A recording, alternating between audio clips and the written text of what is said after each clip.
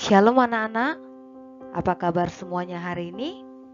Ibu harap semuanya baik-baik saja ya. Baiklah, kita bertemu kembali untuk minggu ke selanjutnya. Seperti biasa, sebelum kita memulai pelajaran, kita bersatu di dalam doa. Terima kasih Yesus, terima kasih Bapa untuk segala berkat yang Kau berikan kepada kami. Tuhan Yesus, sebentar lagi kami akan memulai pelajaran kami. Kiranya Tuhan Kau yang memberkati kami, menjaga kami selalu Tuhan, dan biarlah Tuhan kami tetap fokus dalam belajar sehingga kami memahami dan mengerti apa yang diajarkan guru kami kepada kami. Terima kasih Yesus, terima kasih Bapa. Kami berdoa dan mengucap syukur. Haleluya. Amin. Baiklah anak-anak, seperti biasa kita akan membaca satu ayat mas. Semua siapkan Alkitabnya. Kita buka ayat mas kita di Amsal 1 ayat 7. Ibu rasa anak-anak ibu sudah pada tahu isi dari Amsal 1 ayat 7 ya. Takut akan Tuhan adalah permulaan pengetahuan, tetapi orang bodoh menghina hikmat dan didikan. Baiklah anak-anak ibu, sebelum kita memasuki pembelajaran ini, baiklah anak-anak ibu mengetahui apa dari tujuan pembelajaran ini. Yang pertama, anak-anak ibu dapat meneliti perkembangan demokrasi di Indonesia. Selanjutnya, mampu menjelaskan pandangan Alkitab tentang berbagai peristiwa demokrasi di Indonesia. Pasti anak-anak ibu masih ingat ya pelajaran minggu lalu tentang apa?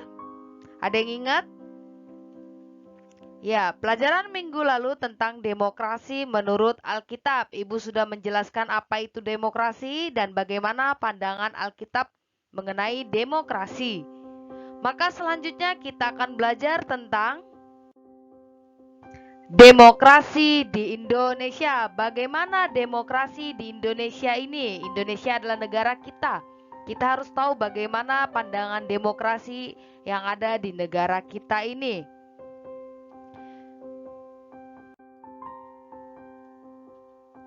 Dasar hukum di Indonesia. Demokrasi di Indonesia adalah demokrasi Pancasila. Bisa kita lihat ya. Di sebelah kiri ada gambar burung Garuda, yaitu melambangkan tentang Pancasila kita, Bhinneka Tunggal Ika. Berbeda-beda tetapi satu juga, satu jua. Demokrasi di Indonesia adalah demokrasi Pancasila, yaitu demokrasi yang berlandaskan Pancasila dan dilaksanakan berdasarkan Undang-Undang Dasar 1945. Dengan demikian, nilai-nilai demokrasi yang dianut bangsa Indonesia adalah nilai-nilai demokrasi Pancasila. Nilai-nilai ini sesuai dengan kelima sila Pancasila yang disusun dan dijabarkan sebagai pengamalan Pancasila dalam proses dan kehidupan demokrasi. Demokrasi Pancasila mengutamakan ketakwaan kepada Tuhan Yang Maha Esa sebagai sila pertama. Dalam iman Kristen, segala sesuatu harus dilaksanakan dalam takut akan Tuhan, sehingga bukan keinginan manusiawi yang mendominasi kehidupan, melainkan kehendak Allah dan ketaatan manusia kepada Allah yang menentukan segala sesuatu bagi manusia. Seperti dari ayat mas kita tadi yang Amsal 1 ayat 7 dikatakan, takut akan Tuhan adalah permulaan pengetahuan, tetapi orang bodoh menghina hikmat dan didikan, dan panduan bagi seorang untuk hidup dan berperilaku baik di tengah masyarakat. Ini adalah contohnya di Amsal 1 ayat 7. Pemahaman ini akan membatasi kebebasan dan kemandirian seseorang sampai pada ketaatan dan ketakwaannya kepada Tuhan.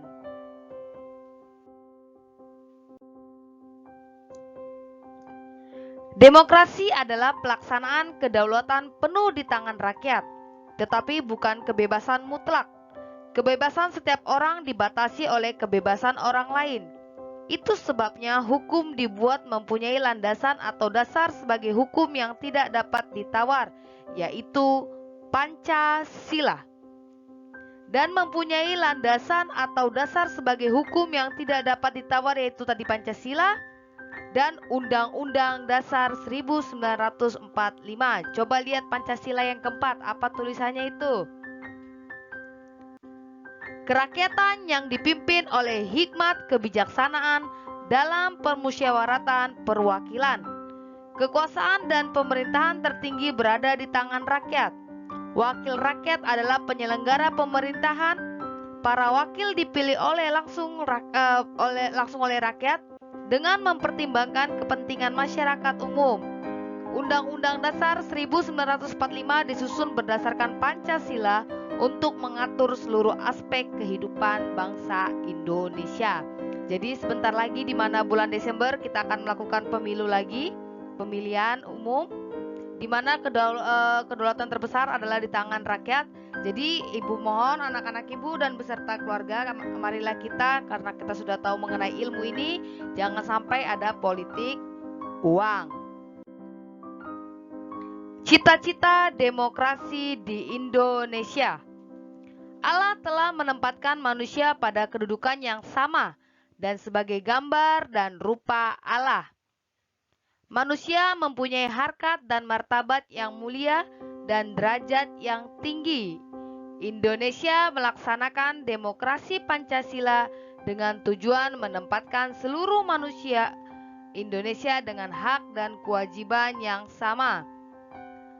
Hal ini sesuai dengan cita-cita kemerdekaan Indonesia yang tercantum pada pembukaan Undang-Undang Dasar 1945. Jadi bagaimana caranya agar cita-cita tersebut tercapai? Diperlukan manusia Indonesia yang takut akan Tuhan. Orang yang mendapatkan kepercayaan menjadi wakil rakyat harus berpihak pada rakyat, melaksanakan pembangunan yang menyejahterakan rakyat, bukan memanfaatkan kedudukan dan kepercayaan rakyat untuk kepentingan pribadi dan golongan kelompoknya. Jadi anak-anak ibu jangan sampai suaranya itu nanti bisa diuangkan, dibayar oleh wakil-wakil rakyat untuk kedepannya. Jadi biarlah cita-cita demokrasi di Indonesia tercapai, itu dimulai dari diri kita sendiri. Musyawarah untuk mufakat. Musyawarah menjadi penutup dalam setiap kegiatan apapun. Dengan musyawarah itu akan banyak masalah yang teratasi. Dengan musyawarah juga akan banyak pendapat dihargai. Dengan musyawarah juga seluruh rakyat terakomodir dalam pembangunan Indonesia. Musyawarah menjadi cara yang efektif untuk membicarakan dan menentukan keputusan yang tidak merugikan. Namun tidak selalu musyawarah berakhir dengan mufakat. Tidak jarang justru berakhir dengan perselisihan atau kesalahpahaman, itu wajar.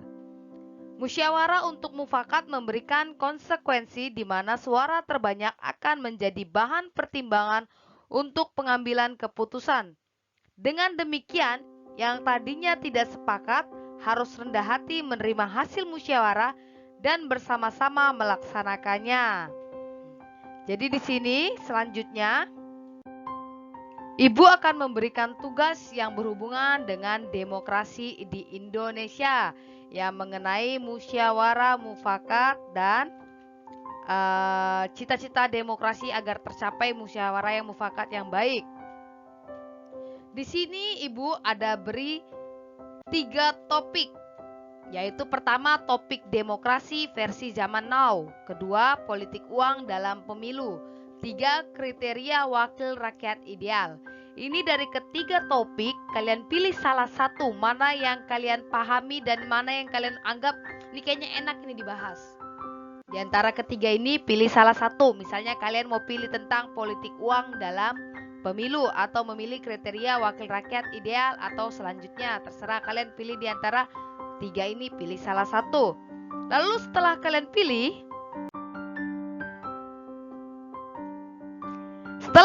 pilih, itu nanti kalian akan membahas 4. Itu lihat poin B akan membahas tentang 4 poin. Yang pertama, pengertiannya atau teorinya apa? Lalu pelaksananya itu bagaimana? Lalu kesesuaian dengan Pancasila bagaimana? Lalu dampaknya apa? Seperti tadi Ibu bilang contohnya politik uang dalam pemilu. Itu pengertiannya apa? Politik uang dalam pemilu itu teorinya apa? Lalu pelaksananya bagaimana di Indonesia? Harusnya bagaimana? Tetapi kejadiannya kayak mana? Kesesuaian dengan Pancasila cocok nggak itu politik uang dalam pemilu? Lalu dampaknya apa kalau ada politik uang untuk pemilu? Itu tadi yang kalian sampaikan untuk musyawarahnya.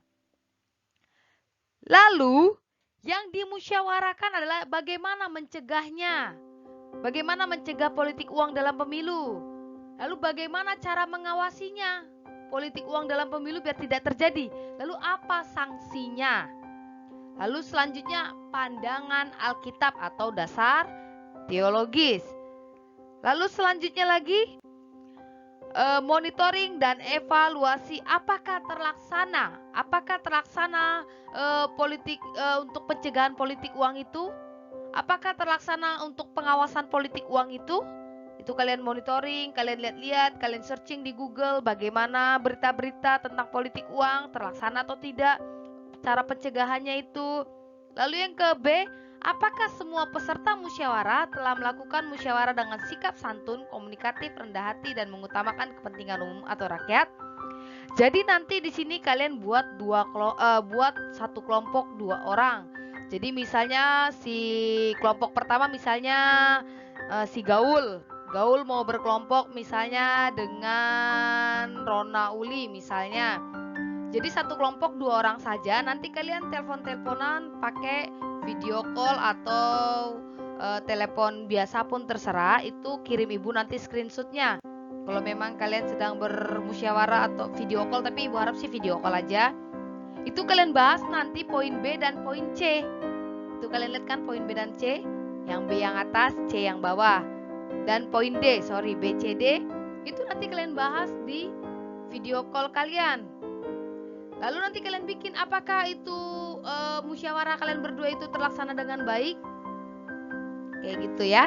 Lalu nanti kalian screenshot video call kalian berdua itu.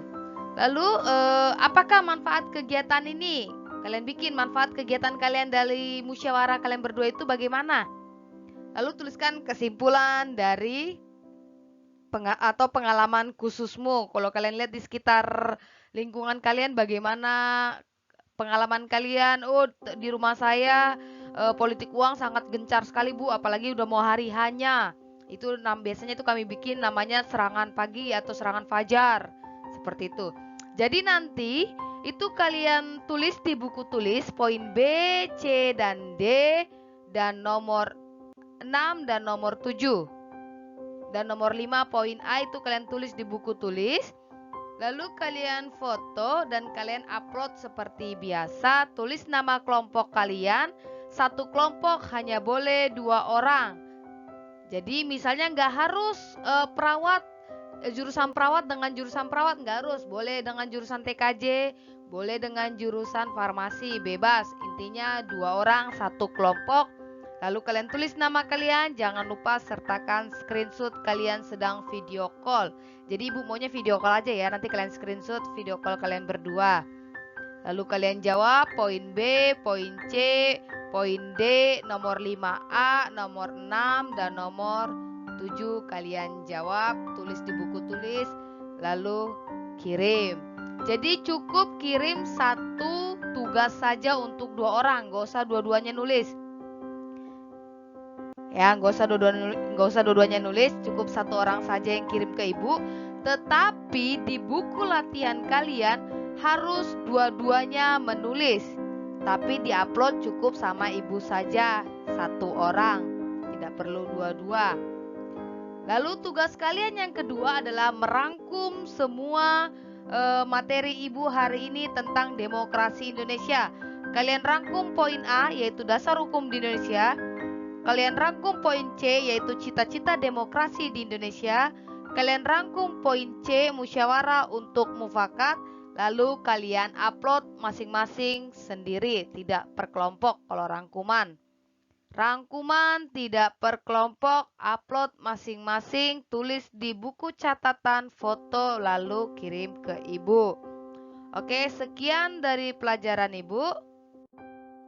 Terima kasih, kita bersatu di dalam doa. Terima kasih Yesus, terima kasih Bapa untuk segala berkat yang Kau berikan Tuhan. Kami telah memahami apa yang diajarkan oleh guru kami Tuhan. Biarlah Tuhan kami selalu menciptakan demokrasi di Indonesia dengan demokrasi yang sehat Bapa. Biarlah kami menjadi contoh, menjadi terang dan garam di Indonesia ini. Terima kasih Yesus, terima kasih Bapa. Kami berdoa dan mengucap syukur. Haleluya. Amin. Oke, baik. Terima kasih. Jangan lupa kumpulkan tugasnya. Shalom.